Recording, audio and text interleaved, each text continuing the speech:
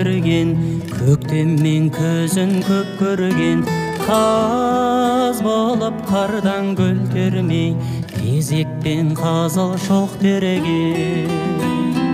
Анамды аңсап барғанда, сен беріп тұрған барманға, мұржалы қара ошағым сәл суып оттан қалған ба?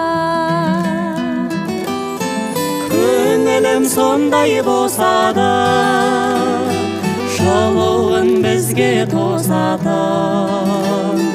Қазаны оттан түспейтін, қызуы қайтып өшпейтін анамның жаққан ошағы.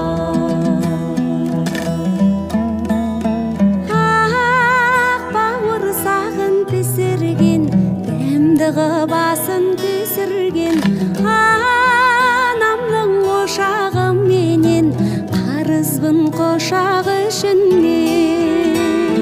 Түтіні түзі шығатын, күйесі кие жоғатын, анамның қазан ошағы бәрінен биік тұратын. Көңілім сондай босады, жылуын бізге тосатын. Қазаны оттан түспейтін, қызуы қайтып өшпейтін анамның жаққан ошағы.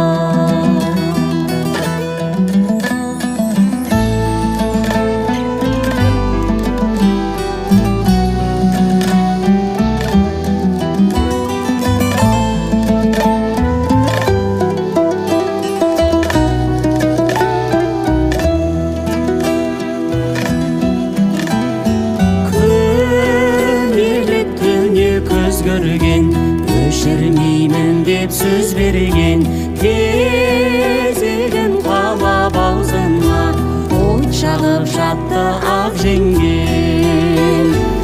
Айналып қана кетейін, қадіріңе қайтып жетейін, жеңешем асы піскенше ән салып күйім шертейін. Көңілім сондай босады, жылуын бізге тосатын.